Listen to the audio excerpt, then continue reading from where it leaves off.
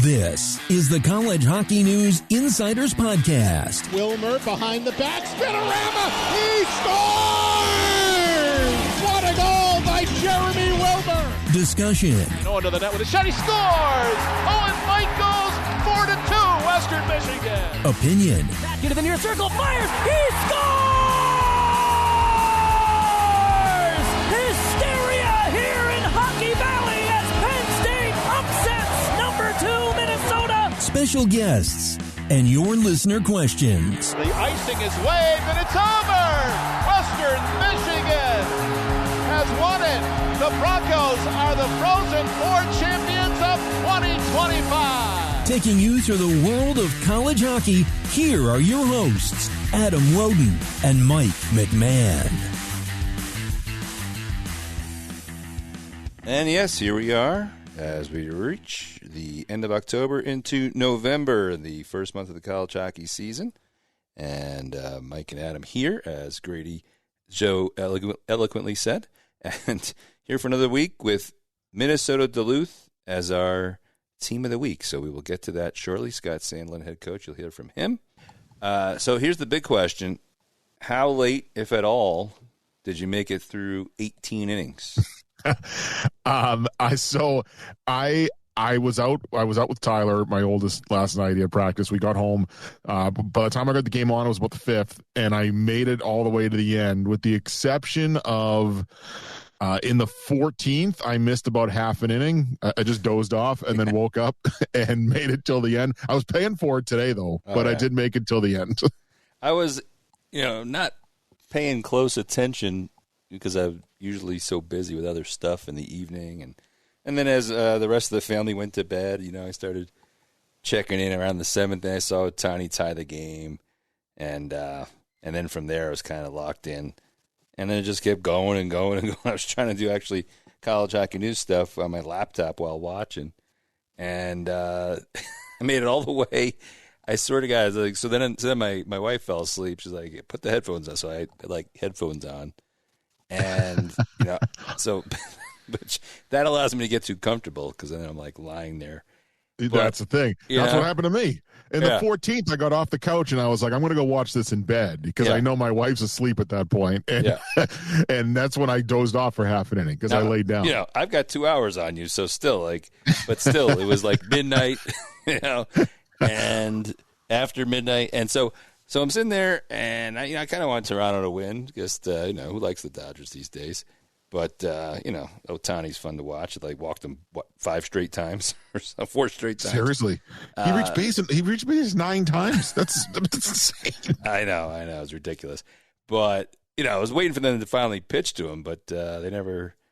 We'll see what they do tonight. I might never pitch to him again after what he did last night. Forget it. I know. I mean, if you're going to do that. Base is loaded in the 4th, you're better off giving up 1 than giving up 4. Yeah. Well, I mean, that was certainly Barry Bonds had that situation. Of course, he was on roids.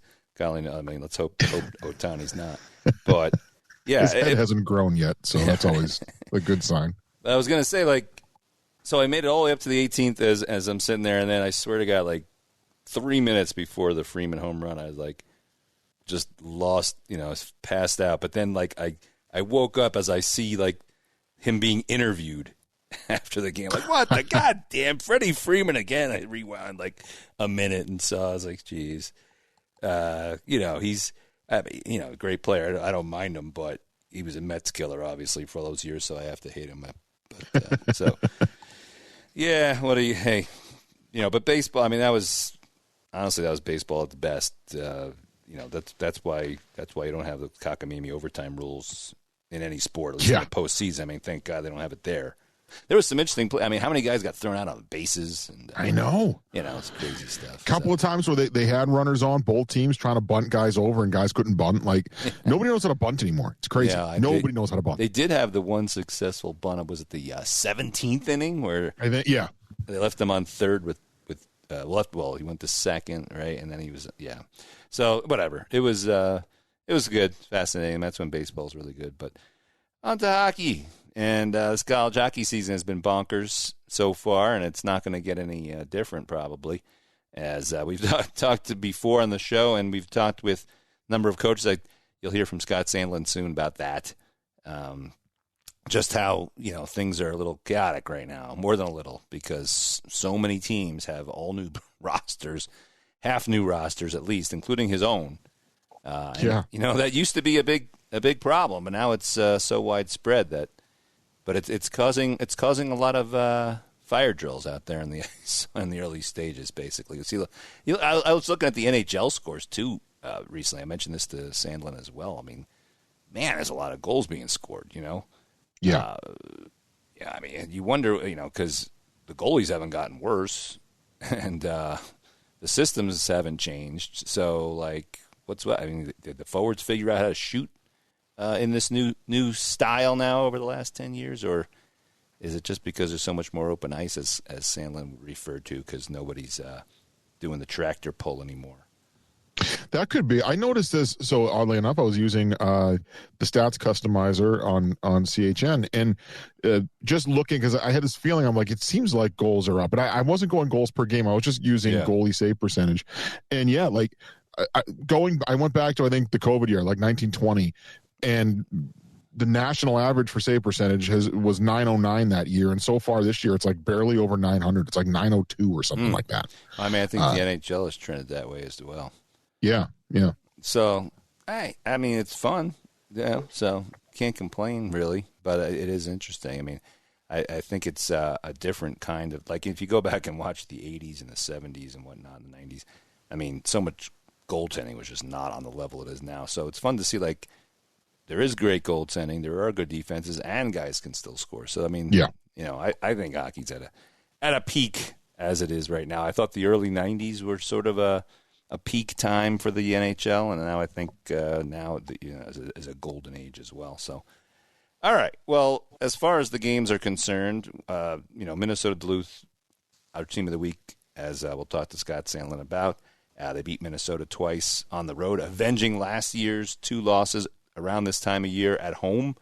And, Duluth, of course, was a force in the NCAAs for many years. And then the last 3 years, their win totals have dipped as they've tried to recover. And we've talked to Scott Sandlin many times. I mean, he's on the NCAA ice hockey committee, so we always see him at the Frozen Four, and we have him on, and we talk about all these issues and, like, are they ever going to be what they just were 5 years ago, given all these changes, And they don't have the money that some of those big schools have. So there was definitely some concern, especially when you saw, like, they recruited some guys and they transferred out. Then they had this big freshman class last year that didn't pan out, but maybe that was just because of injury. And you see right now, those guys are kicking butt pretty much, Yeah. So they're right back there. I'm not saying that they're a top 5 team yet necessarily, but looking much better this year and pretty good. They look very good. I thought they were very good over the weekend. That was I know, Minnesota was in a little bit of a retool, but that was an impressive weekend to go in there and sweep. And obviously, a big part of it is the top line. They're getting all the goals right now. I think they've got like almost, or maybe I think over half of their goals have come from that top line. But it has been still spread out too. And what's kind of flying under the radar, because their offense has been so good, particularly that top line, is like a guy like Ty Hansen, who I thought was really good over the weekend against Minnesota. I thought it was really good against Minnesota over the weekend and played a ton of minutes. He played almost, according to our box score, almost 27 minutes in both of those games. He was out there a ton. So they're kind of firing on all cylinders right now. They're getting the goaltending. They're defending well. And obviously that top line has been good enough to carry him. I don't know that it's going to be good enough to carry him all year. They're going to hit some rough spots, particularly once they get into league play. But still, that line is going to win them plenty of games. Like they've been below 500 the last couple of years. I would be shocked, especially with a 6-game above 500 head start. I'd be shocked if they were below 500 this year. Yeah. Well, obviously, they got the NCHC schedule now begins with North Dakota on the road, and Minnesota to North Dakota on the road is not necessarily the way you want your early season to go, but it'll be a good test. And Hansen is another member of that sophomore class, and he was decent last year, defenseman. I mean, he's a local guy, smaller defenseman, but one of those mobile guys. And this year, like he's averaging 23, 27 on ice a game. And so that's obviously pretty huge. And then Max and Zam Plant, obviously their father, Derek, was a big-time Bulldog back in the day, and they were big-time recruits to get them, to follow in the family footsteps to go there. But the last year, Max in particular was hurt a large portion of the year, and he's a second-round draft pick, so key component. He looks just like his father, by the way. And I had Derek with me on with the Philadelphia Phantoms when I was working for them back in the day. So, and then Zam is a fifth-rounder who played most of last year, but definitely both coming into their own, and they get a ton of minutes too because, as you'll hear from Scott Sandlin, they've been playing penalty kill, whereas Shagabe does not as much, although they're trying to work him in. So when you look at their time on ice totals, the Plants are around 20 minutes and Shagabe's around 16. But, but they've been a big part of their penalty kill. Yeah, you're right. I mean, and then, of course, the goaltender, who was the big, and he was a second-round pick coming in last year. Did not have a great year by his standards, but he was also hurt a bit. 885 save percentage. Again, you'll hear Scott Sandlin talk about that in our next segment and how things have changed for him. But he has now played every minute of every game so far, and 938 save percentage, so big difference. Huge difference. That's where, like, I think people sometimes underestimate how much, like, just little minor tweaks to those save percentages and goals against, because it's all tied together, can translate to wins. Like, if you kind of go by the general rule that, like, your goals for percentage is loosely correlated to your win percentage, like, you uptick that save percentage by just 1 or 2 points, it could mean an extra 2 or 3 wins over the course of a year, which for a team like Duluth that's kind of been floating around that 500 mark is the difference between a winning season and a season where you're slightly below 500. Like, getting the goaltending is enormous. Yeah. And they have a Cornell transfer on their team, Kyler Kovich, grad student, who scored that insane goal against Quinnipiac shorthanded with the goalie pulled last year to tie that game in the ECAC semis before the Cornell won and went on to win the championship again. So that's what he'll always be remembered for in Ithaca. So, so Duluth in great shape. And again, you'll hear more in a bit from Scott Sandlin, who we always love talking to, and some other games this past week or some other things we're focusing on. And we were all our eyes were on Penn State as usual as they struggled with Stonehill.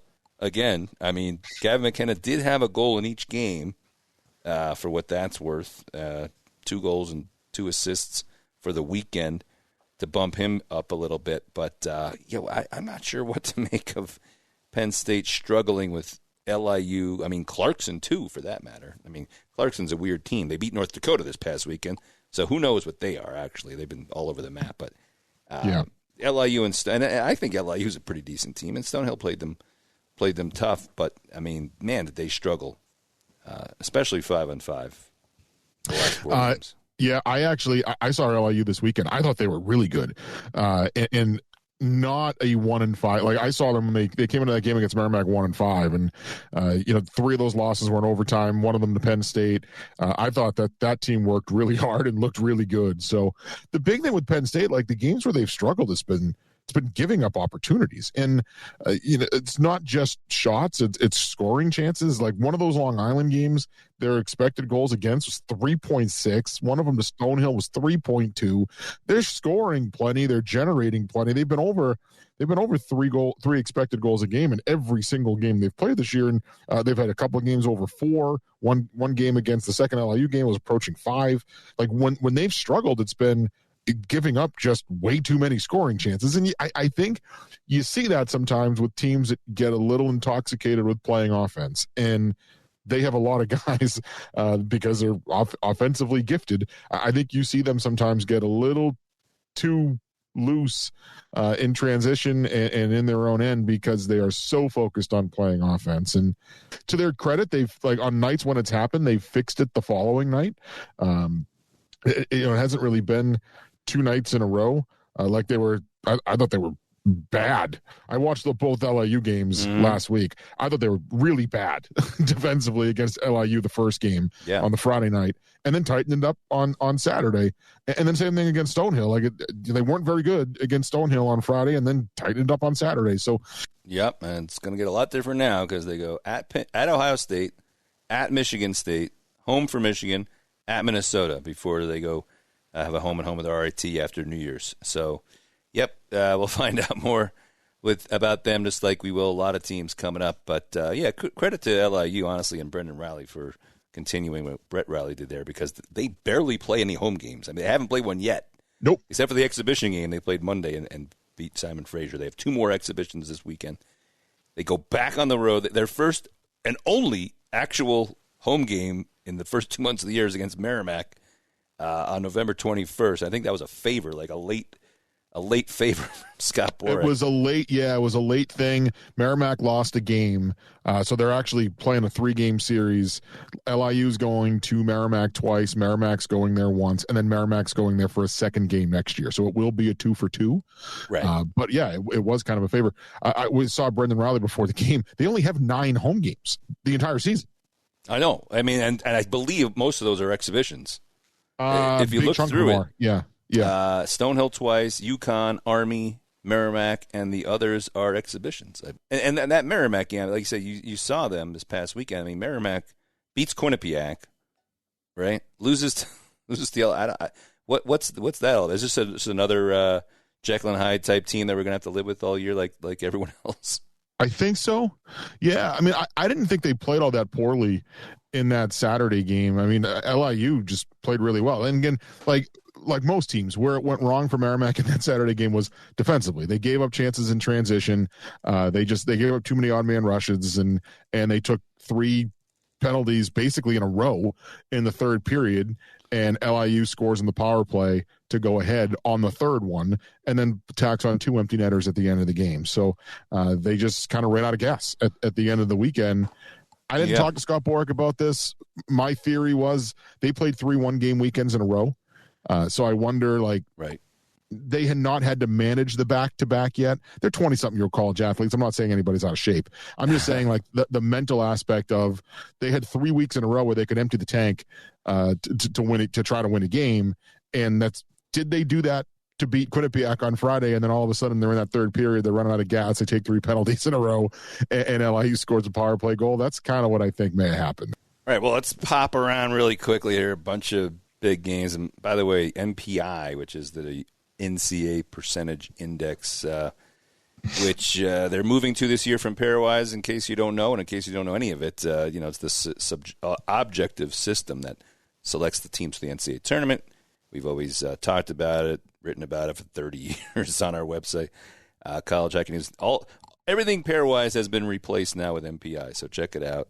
All the same tools, all the same pages. It's all been transferred over. There's an explainer as to what the differences are, and so check that out. It's all fully up there. Not that the actual results at this point are really indicative of anything, because the sample sizes are really still too small to make any sense of it, but all of it's up there, and it'll start making sense within a few weeks. So, and along those lines, all these early season games are pretty big. So, again, just whipping through, some of these ECAC teams have been insane because they've been losing some bad games and then bounced back. Like Colgate beat Maine, almost swept them, but Maine came back.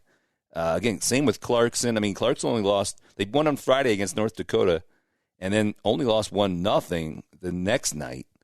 Credit to North Dakota for buttoning things up, but that could have one of those teams could have been team of the week very easily. Denver going east as they do at least every other year.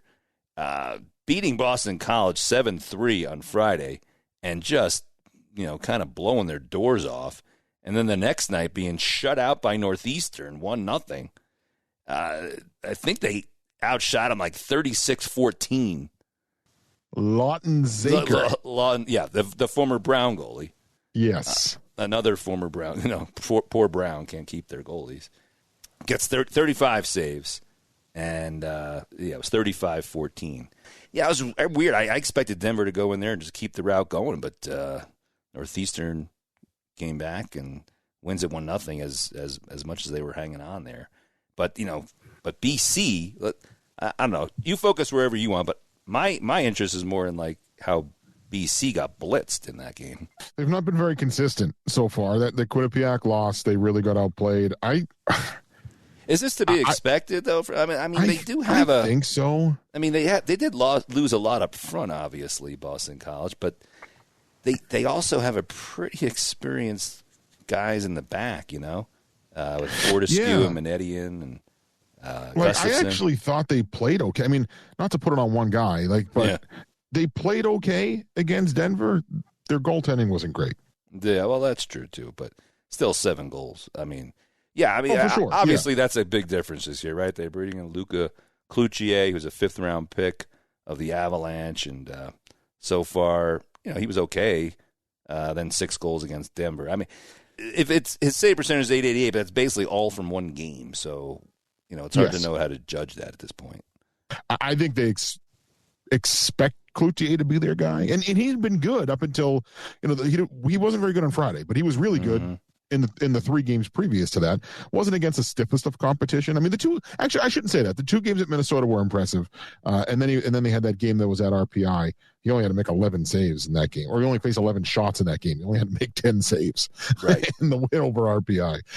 But the 2 games at Minnesota, he looked good out there. I mean, I think it's just some of that is just he's a freshman, and you're going to have some ups and downs, specifically at that position sometimes. But I don't think we talked about this a couple of weeks ago. BC's not built to win games the way that they had won games the last couple of years, because they don't have. They've got some of those guys that can play that way, that could score the way that Leonard did, and I think Hagens is going to be one of those guys. But they don't have 5 of those guys the way that they had the last couple of years. They're going to have to win games. If you compare them to another Hockey East team, they're going to have to win games more the way that Providence has won games and Maine has won games, where you're relying a little bit more on your depth and you're not just overloading your top 2 lines and letting them score 50 points apiece. So they're going to have to win games differently, and the goaltending is going to be a big part of that.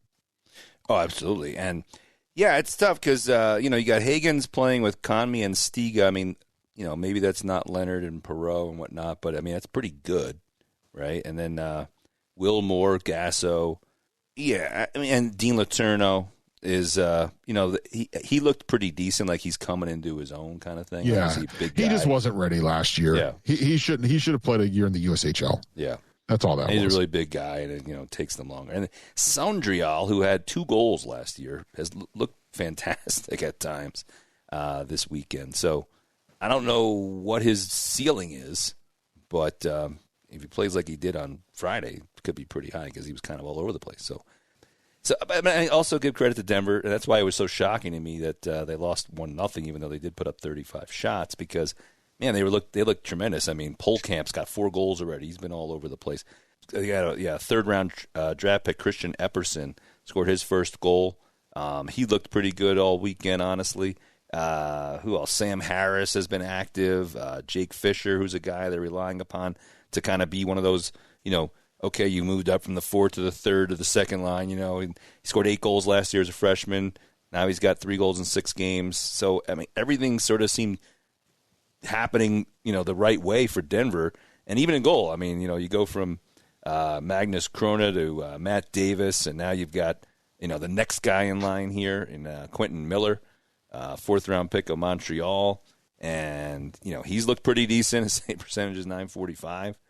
So everything was clicking. I mean, I guess, we got to throw a 1-0 loss or you outshoot a team 35-14 to out the window, I guess, for now. But but Denver looks poised to be right there in contending status again, Yeah, the names change, but not much else does, and I think it's because of the staff there. I mean, we did a story on them, I think, in the Frozen Four 2 years ago. I think Avash did it, the continuity of their staff and how important it's been about how they've been able to carry this on year after year. Because obviously, you get good players are going to leave. They're going to go play in the National Hockey League, and they continue to find guys that are going to play the way that they want them to play, and they mesh it all together somehow. Like, the continuity in their staff, I think, is just been, you don't really see that. Like, usually you would have thought, and not that I'm trying to get any of David Carl's assistants plucked off of his staff here, but with the success that they had, that they, more of those guys would have opportunities to be head coaches at this point.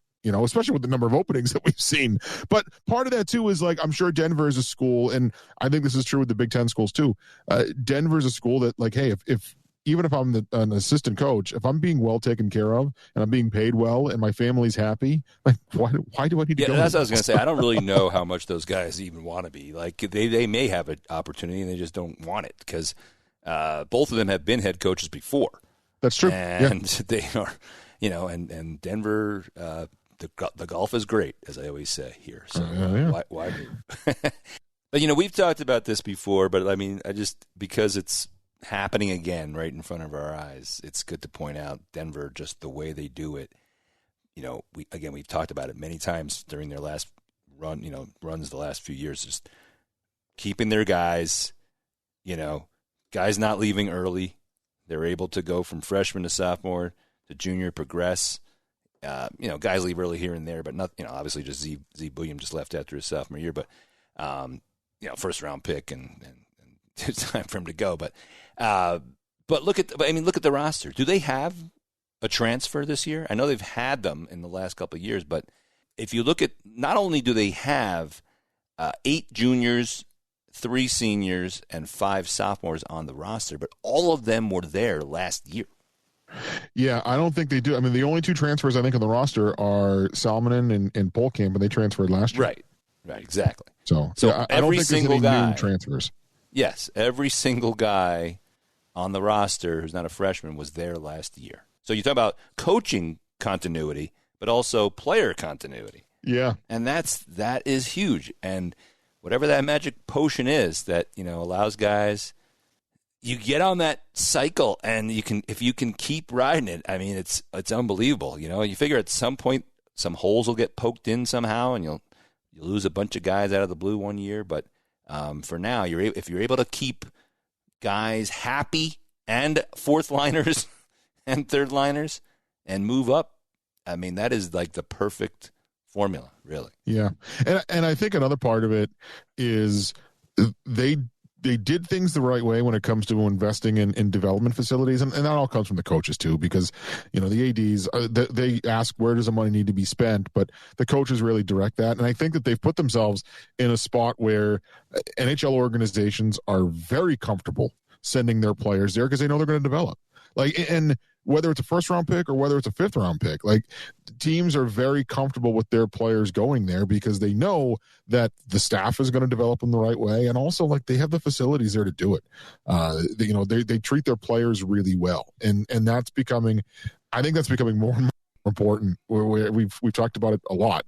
It's not just the bells and whistles. It's like, what do you have that's going to make me better? And Denver not only has a lot of things from a facility standpoint that will make players better, but now they get a hell of a track record where it can be like, look at this guy, look at this guy, look at this guy, look at this guy, that all may have been there, especially those mid-round level picks that have gone and really developed over their time there. And that's probably part of the reason why they've been able to hold all the guys too, is like, hey, it's playing the long game. Like Jack Devine played the long game at Denver and got better and better year after year.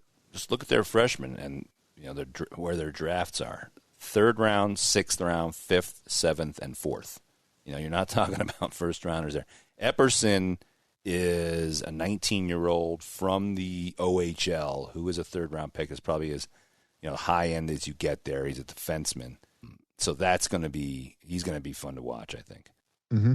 And that's the thing too, is like I don't know if this is done strategically or not, but NHL organizations are not going to be in a rush to get their 4th or 5th round pick to sign, even if they pop early. Like Eric Polkamp is a 5th round pick, and he's getting to his junior year. I don't know that he'll get to his senior year, but he made it to his junior year because the NHL organizations are willing to let those guys simmer a little bit more, right? They're not in such a rush to get those guys into their system the way they are with their 1st or 2nd round picks, their top 60 picks. I don't think you could put together a more perfect combination of factors as there are at that. That doesn't mean they're going to win every year, obviously, and things like that are fleeting. What works today might not work 3 years from now. But in this 5-year period, or maybe even a little longer, and still as of today, they have the formula down pretty good. They've won 30 games 4 years in a row. There's only 34 in the regular season. It's crazy. Yeah.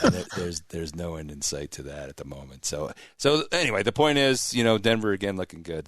Like I said, I only point out the Saturday 1-0 loss because I was so surprised by it. But the last but not least series to talk about is Western Michigan and Michigan. That was Thursday, Friday, and hey, Michigan was on a roll, undefeated. They at home they beat Western 4-0 on Thursday. That was huge because last year, Western took it to them, and Michigan had a down year. Western wins a national championship, and this is like putting their foot down and say, look, we're still Michigan, okay? You're going to have to contend with us this year. And but by the same token, huge that Western said, like, what was that? And turned around on Friday and had a tremendous game at home to split that series. So, honestly, you're looking at two of the better teams in the country this year right there. And that was, I think, pretty indicative of what to expect from them going forward. Yeah, I thought that the Thursday game looked a lot like kind of an up and down trading chances regular season game. And then it was interesting because the Friday game looked like an NCAA tournament game where the chances were a little harder to find. Yeah. Even though there were more goals. I mean, there were more goals in the Friday game. Western won that game 5-2. There were more overall goals in the Friday game, but it was like didn't seem to be nearly as many chances as there were in the Thursday game. So both teams, I think, kind of adjusted a little bit going into night number 2. But yeah, I agree with you. I think they're two teams that right now are in the top 3. I think it's those two in Michigan State are probably the top 3 teams in some order right now. And we can debate what order you'd put them in, and I can kind of see an argument to be made for all of them, but they're the top 3 teams for me right now, and the split kind of just cements that. And not this is where it gets a little more fun too, because even after this, you've got Michigan and Penn State coming up in a couple of weeks. You've got Michigan State and Penn State this weekend. Like, all these teams are going to start to play each other.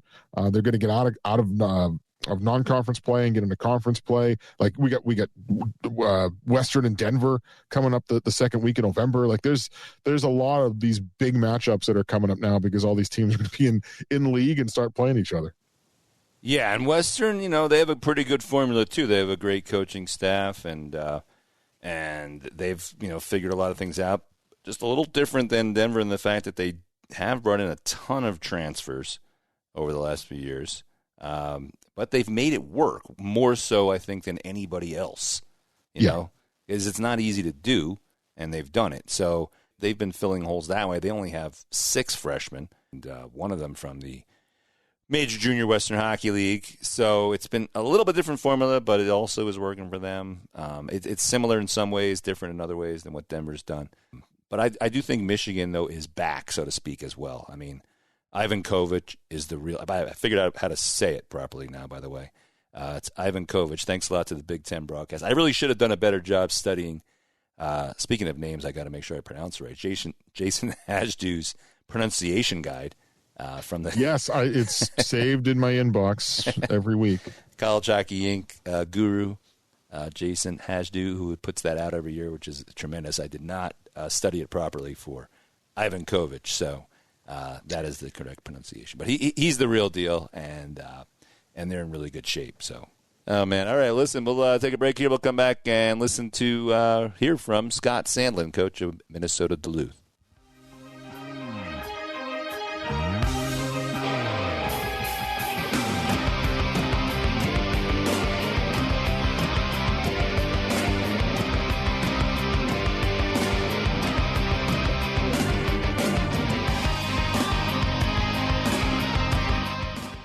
Get hurt in the game? We tough it out.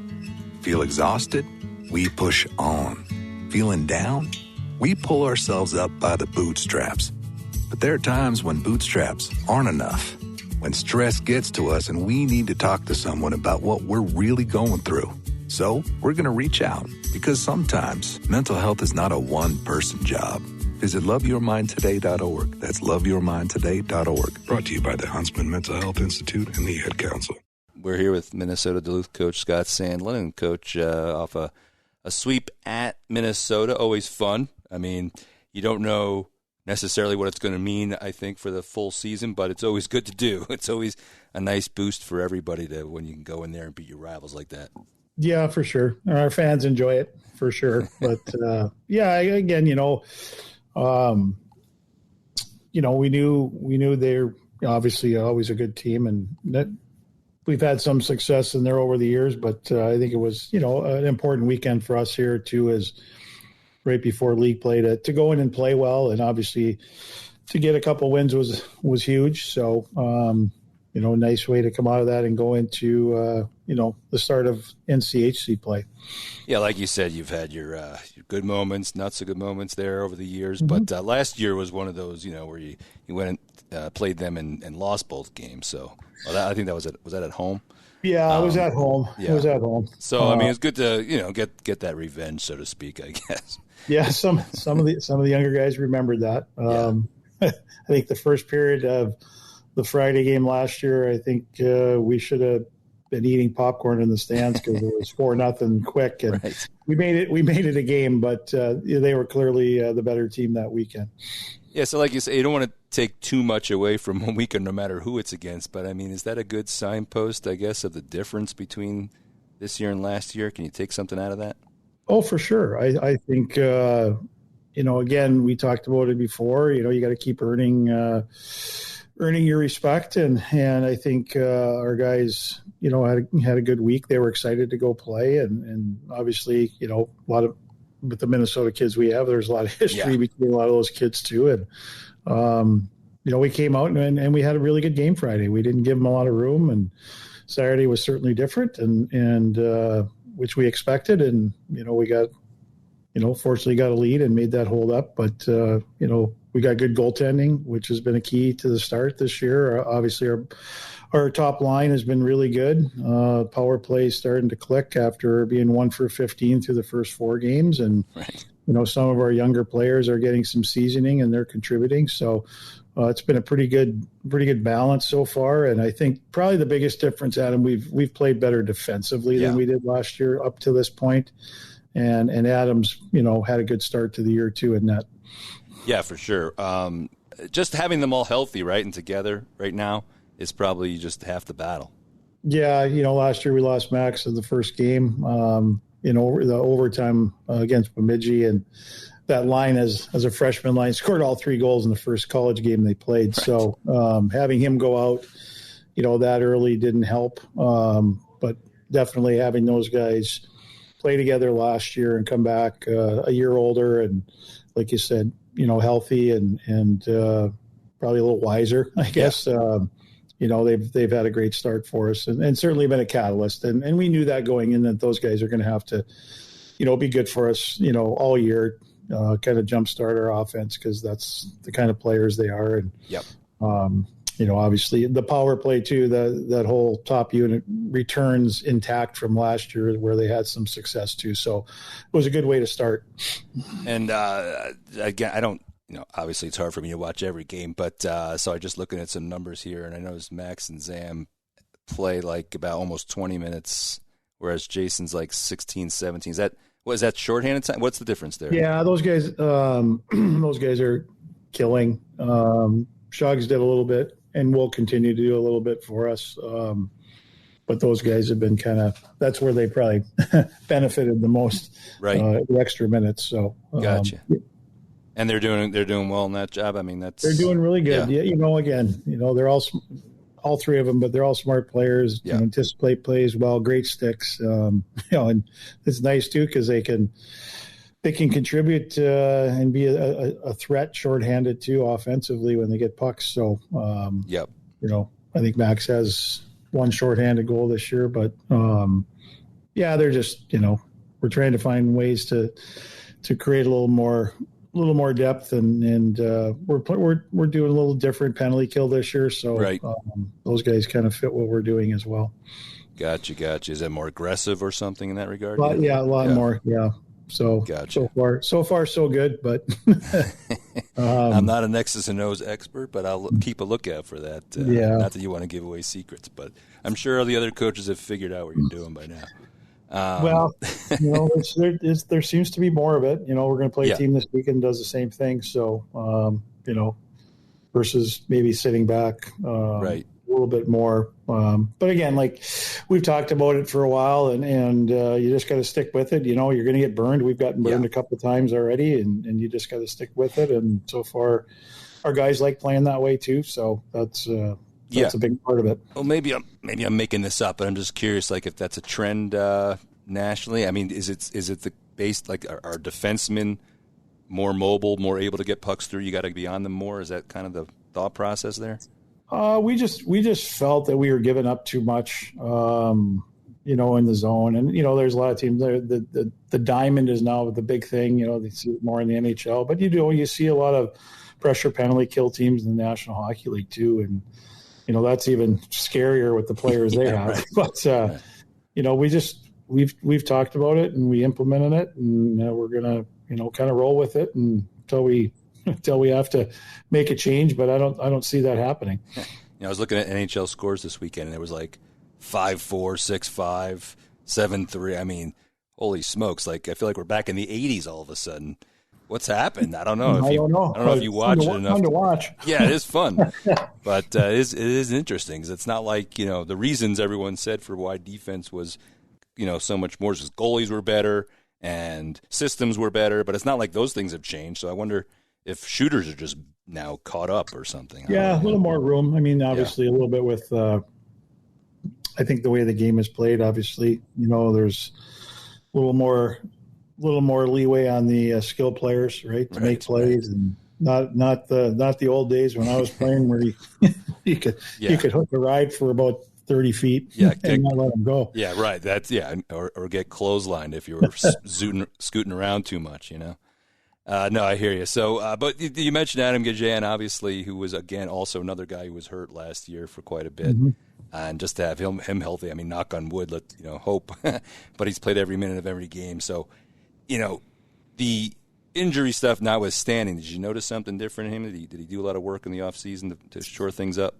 Yeah, you know, I think last year there was a lot of pressure on him. Yeah. I think his mind probably wasn't where it needed to be. I think through, you know, the beginning of the year, and then the injury didn't help, and then the end of the year kind of got a little closer. But I think, you know, just kind of not having a great year, I think I'm hoping in the long run was really good for him, because I think he had a time to reset this summer and get his mind, you know, and kind of back to where I think it needed to be. And sometimes getting humbled is good. You know, he took the end of the year pretty hard and had a good summer, and I think, you know, has come back with a much better mindset. You know, I think last year he was putting a lot of pressure on himself to be great, and I think maybe getting ahead of the cart a little bit with the pro hockey part of it, and just worrying more about stuff that, you know, he can't control. And I think this year he's in a much better spot that way. And I think,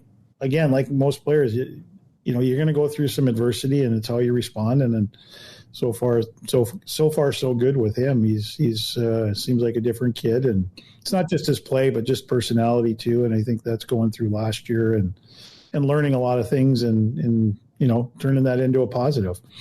And just one last thing on the games from the weekend before I ask you a couple of bigger picture questions, which, you know, I like to do. I noticed that, you know, Minnesota, you held them down shot-wise pretty good. I watched bits and pieces of both games, but I didn't really get a feel for it. But, you know, but then obviously Saturday they're going to make a push, and they had a lot more shots that night. But what did you see as the difference between the flow of the two games? Because, you know, the final score is similar, but, you know, maybe not the game was.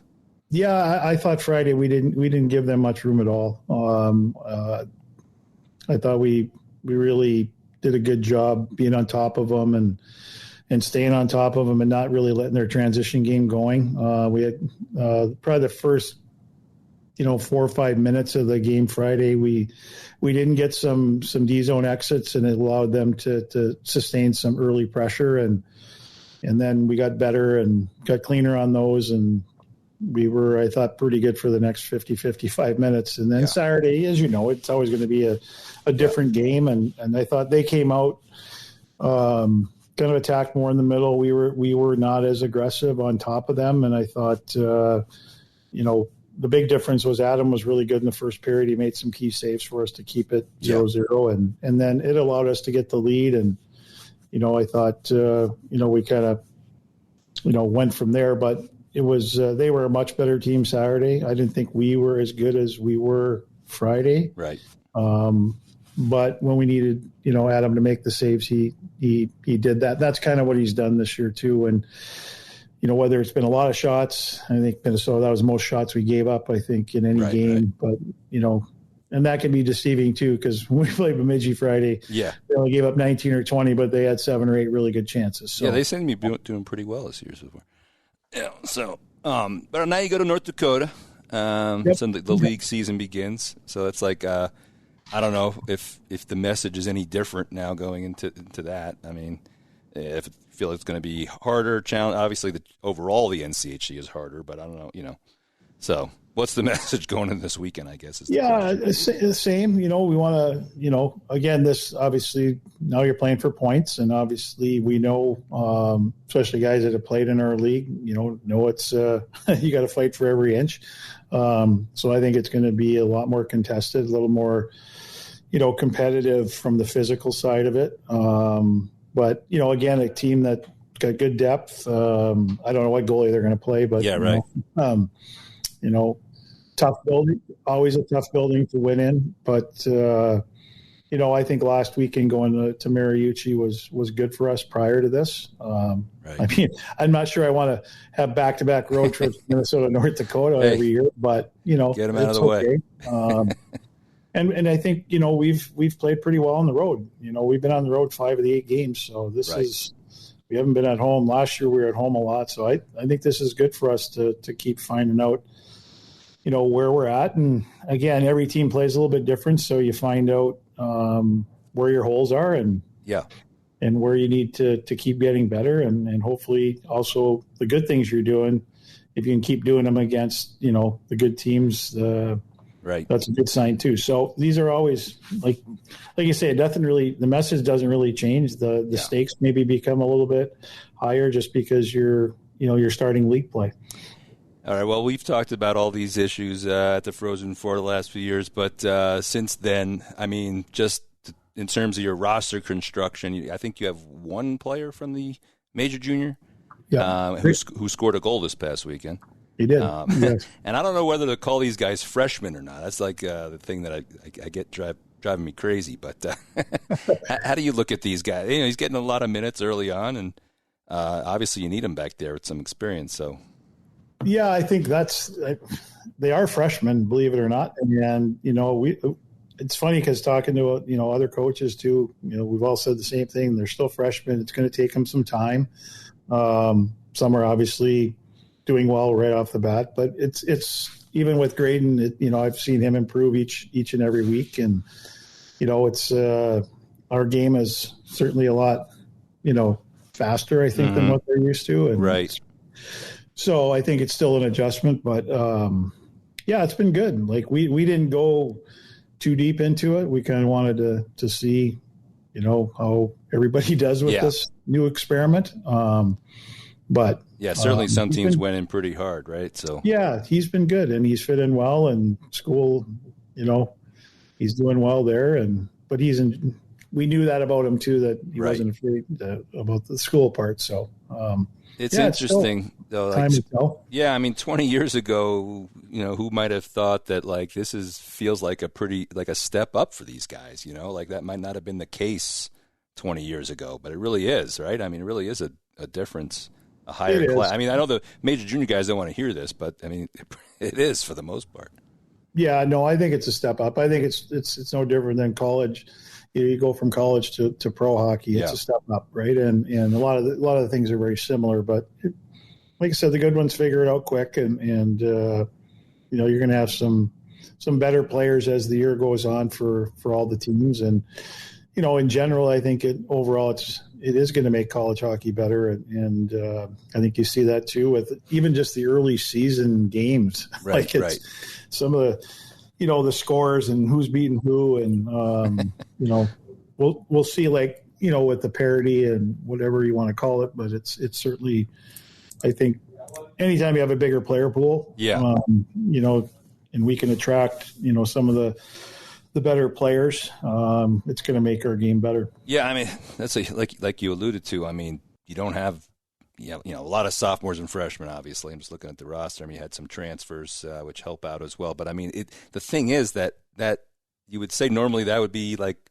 you need time, but everyone's in the same boat. Right. So, right? So, I mean, you look at everyone's rosters like that. So, I don't know if that's going to be the way it is forever now or what, but, hopefully you keep these guys around for a while.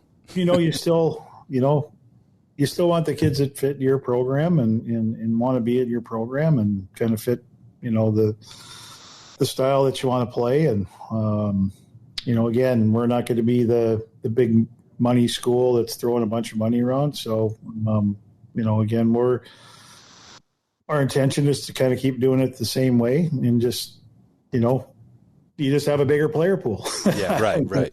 That's the cool thing about it. And, Yeah. I know we talked about like in the spring, and I heard you, I think, do a podcast with Bruce back then too, where you talked about, I'm not sure if I'm phrasing this exactly right, but like, if that's the way it's going to be, where all these other big schools get these names and it's harder for us to win national championships now, so be it, right? But like, do you think that's the case? Do you feel like you can? Yeah, obviously you don't want to throw in the towel, but can you keep up with this in some regard, even though that money is going around to some of these big names? Yeah, I do. I mean, and I think especially in college hockey, when you get to the playoffs for the most part, or the tournament, and it's a one-game shot. So maybe in a best of 7, who knows? But you could probably say that in a lot of years. I mean, I still remember when there's been dominant teams in college over the years, and everyone's like, it was a best of 7, they're going to win. And if it's one game, you don't know. So I think everybody does have a chance, and I think it's kind of retaining guys too, Adam. Mm-hmm. Like, that's the big thing. Just trying to keep building. I think probably the best comment I heard last year was, I remember with Tim Washy at Western. Tim was, I think a 5th-year guy there, and somebody said, we're not going to see many of those guys anymore, right? And and having played against him and watching him grow as a player into what he became, and be the leader for them, that really kind of struck me like, yeah, you might be right, and you hope that you can keep some of those kids there, but with the transfer portal, I know. It's getting harder, and unfortunately, if you can kind of find the right kids or keep a good core group together, then I still think you can have a lot of success, and then you just keep filling in the pieces. Getting to the committee, you said last year in the committee now, or are you done? Yep. It was my last year. Yep. Okay, yep. But so you went through. How did that whole NPI thing go? I mean, did you leave that pretty much up to the math nerds, or did you kind of get a good feel for it? I learned a lot more about it. I mean, I wasn't one of those guys before. I just said you got to still win your games no matter what you play. But I think it's cleaner. I do. I think it eliminates some potential glitches. It's not a whole lot different, which is kind of what I was trying to tell our coaches, that it's not a major change, but I do think it's a lot cleaner. And again, too, like moving forward, I think there's better avenues to tweak. Right. That maybe before we weren't so. Yeah, it was a lot more obscure, like as what's going on. Yeah, it was just different. There was, I mean, there was a lot of things. I mean, how long is a pair ways? I mean, I don't even know. I didn't 30 years. Pay attention to it, right? 30 years I've been writing about that damn thing. Yeah, but I never really cared. Like some guys just they'd set up schedules based on that. I'm like, I just want to play the best teams. Well, that's what I tell coaches, and I do care. I do write about it a lot. And I kind of have a good feel for the math of it, but coaches are always asking me, like, how can I'm always like, stop worrying about it. Like, you really can't. You really can't. As much as you think you might be able to, just don't even worry, schedule your games, win your games, and that's it. So they never believe me, but it's pretty much true. So so it was good, and I think the whole premise behind it too was to be really transparent and and have people know, like especially the coaches, because over the years, as you know, we've been blindsided by a lot of things. So it was like trying to be transparent and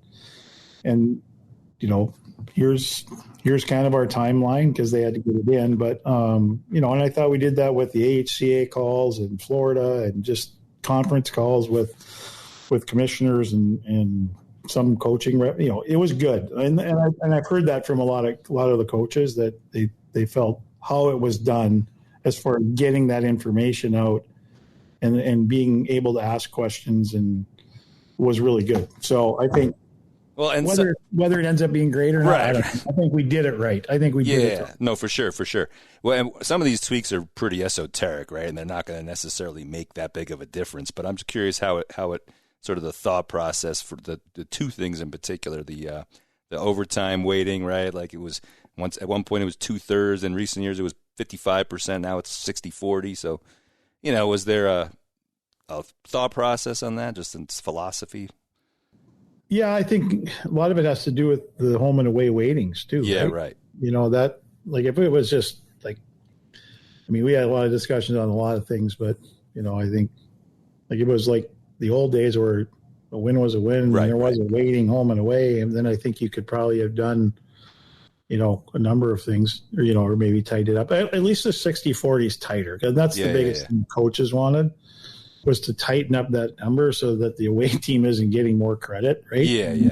Well, because it would wind up hurting a home team if they won in overtime. That was the big thing, right? You had to fix that. And then the playoff thing was just straight up, right? Yeah, the playoff, that was the one that the one I was going to ask you about, because Mayo was big on that after his team got hosed by that a couple of years ago. Yeah, at some point I'm thinking like, okay, like why can't we just go straight up? If you win, you win, you lose, right? And then the other talk there's been some talk about, are we going to go back?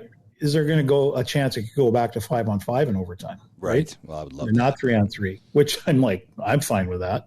And you don't have to have any weighting, right? Yeah, exactly. Well, last but not least, I always this topic comes up every year too, but I always promise David Carl I'm going to take a poll of everybody and how they feel, where they stand now on the regional situation. So I'm keeping track for them. Where are you on that? Have you moved on that? Have you changed? Are you coming around that it's time to change that, or no? I'm open to a lot of things. I just want to make sure we do it the right way. Like I keep telling guys, it's easy to throw that stuff out there, and you should keep talking about it, because don't put it on a back burner. But I said, being on this committee, there's a lot of hoops to go through, right? Not up the ladder, but just within that, right? And I think, what I suggested when I got on the committee was to let campus sites, like even if you're neutral, right, be able to bid on, like I'll use Denver because I've talked to Josh. Right. They don't you can do that, but the per se thing is they want to stay neutral. So instead of bidding on Magnus, they bid on Loveland, but not because they're not going to bid on both. Right. North Dakota could bid on Ingolstadt, but not, instead of Fargo, right? Right. And I hope that someday, it was kind of like a little bit of a hybrid, because my point was, I think we have some beautiful college rinks that we should showcase, that are college rinks. And maybe we can get to, hey, maybe there's a year where BU and North Dakota host on campus, but we also have a Sioux Falls and a Allentown. Or, you know what I mean? Like, kind of slowly get into that. I don't know. That's kind of a little bit of what I was saying, or trying to, throw out some different ideas. This was before the whole let's just go to campus site thing. Right. But I do think we need to continue to have discussion on it for sure, because I do think there's merit. I mean, I guess I'll have a better idea. Like, we're going to the playoffs. Yeah, right.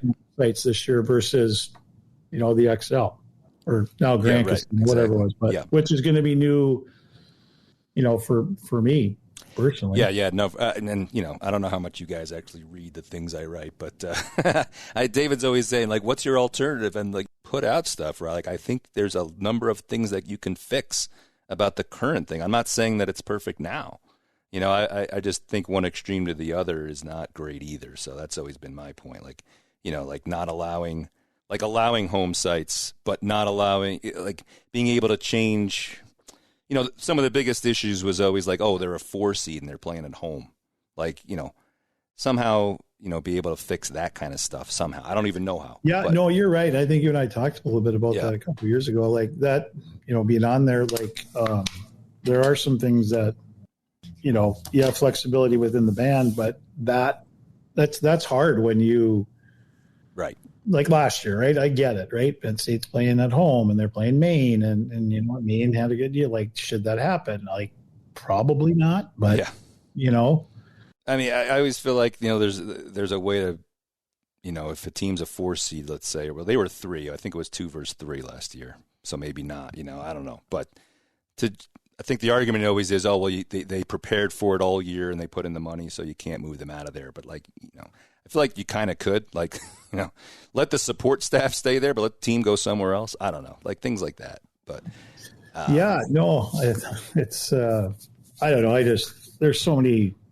That's one reason I'd like to keep exploring it, because I think we have some really nice rinks that should get some exposure. But again, like even saying that, even if you had a little bit of the hybrid thing, I worry about some rinks that are nice but don't have great amenities, locker rooms, sure. Hotel stuff. I mean, we got the problem now. You go out east, and a couple of those places, like they don't even have full service hotels that have been bid out, which is crazy to me. So that's something that's was put on our priority list to make sure, like, when you do these contracts 3 years prior or whatever it is, right? To keep following up and go, okay, well, that hotel is not good enough. We need to find another one. Right. Because it's those experiences that I've heard about, or at least the committee's heard about too, over the last few years, right? And, well, I've done my duty and asked you, and I'll check you off. I'll check you off. It's still in the middle. Yeah, I'm listening. And, I mean, obviously I talked to David quite a bit. So yeah. Well, I haven't actually seen him this year, but because I haven't been out there yet. But I'll see you. I appreciate this, by the way, and I'll see you in January. I guess you're out here, right? So okay, my friend. Yep. Be good.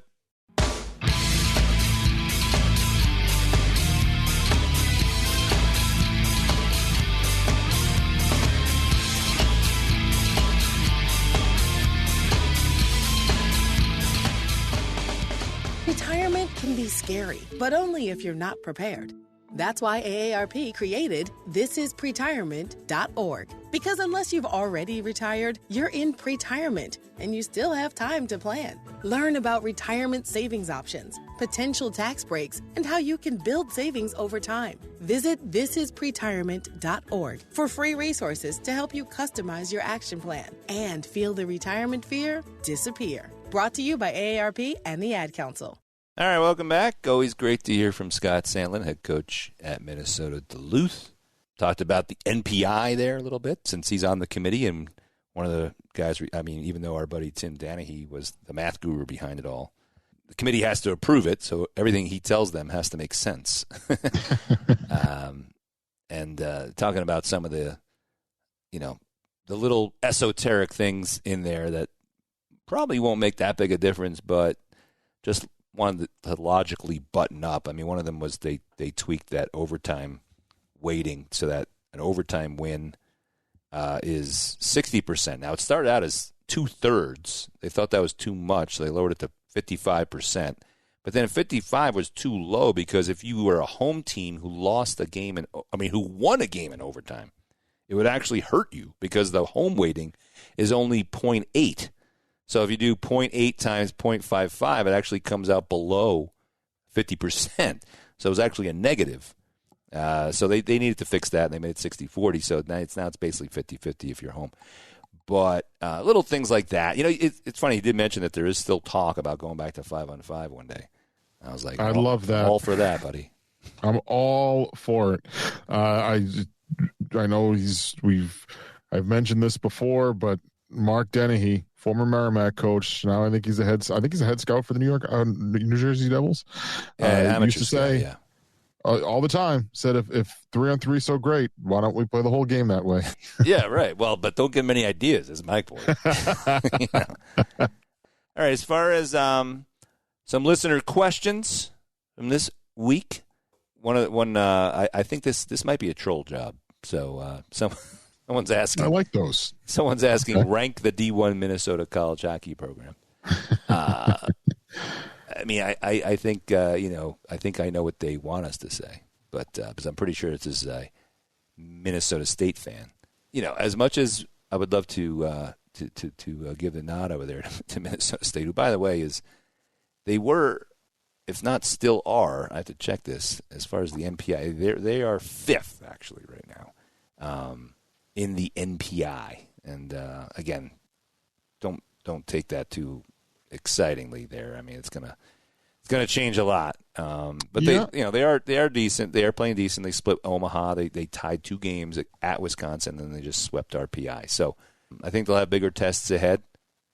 But they aren't bad. I'm not putting them number 1 at the moment because I think Duluth is clearly that right now. Yeah, it's Duluth. Yeah, I would agree. Yeah, but we got to make sure we factor in all the. We didn't talk about this in our first segment, but St. Thomas opened their new arena. That's right, they did. Beat Providence in overtime, and then we're up 4-1 in the second period. And I turned around in about a minute and a half. Providence tied the game, and then wound up going on to win 7-4. So that was like an ouch right there for St. Thomas, who were making a play for Team of the Week at one point. But they play Minnesota State to open the league schedule there this weekend. So we will find out who gets to be ahead of who. But for now, the Gophers, I guess the Gophers are who we forget. I know Bemidji, but is there how many are there these days? Oh, St. Cloud. Yeah. St. Cloud. St. Cloud. Yeah. There you go. Actually, Bemidji has played. I was just saying this to Scott Sandlin that I thought that they've been playing pretty well so far, but they did lose 2 games to St. Cloud and 2 games to Duluth, which is nothing to be too ashamed of. But they just swept Augustana. A team that is not in Minnesota, but they're in South Dakota, who had been playing pretty well themselves. So if I had to rank them right now, just for poops and giggles over there, to humor this question, not that any of this matters early on, but what do you say? Duluth 1. Yeah. Now I'm going to forget everybody again. Minnesota State. Throw them all in a hat there. Minnesota State, Minnesota, and Bemidji. St. Cloud. I mean, does it even matter? But I guess that's who are we forgetting? Oh, St. Thomas. Yeah. You know what? They've all kind of had good wins and bad losses. So pick them out of a hat. I'll let me know. Ask it again in 2 weeks, I guess. Yeah. Yeah. There you go. Way to cop out of that. All right. Well, Well, and what's the big games this weekend that we're all paying attention to? Well, funny you might ask. The NCHC and Big Ten especially now are going to get into league play fairly heavily, and we're going to get the Ivy League schools starting actual play. So those are the big stories for the weekend. Yeah, for sure. And some big couple of notable non-conference games, I think, in here as well. This is kind of goes along with what you said. Harvard, we'll get our first look at them. They're at UConn on Friday night, so that's a pretty notable non-conference game. Harvard making their debut, their first game of the year against the UConn team that's been pretty good so far to start the year. And then Cornell at UMass, another Ivy League school that's getting going here.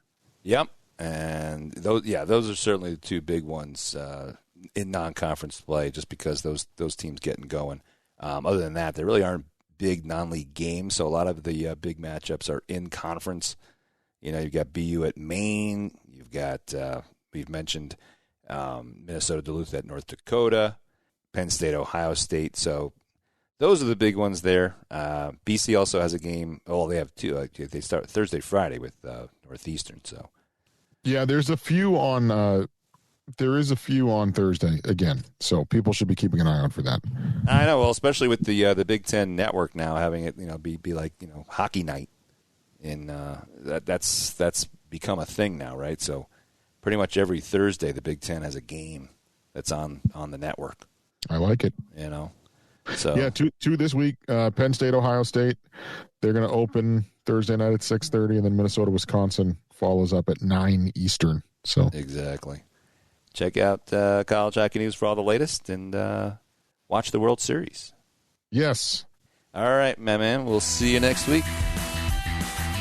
Thanks for tuning in to this week's edition of the College Hockey News Insiders Podcast.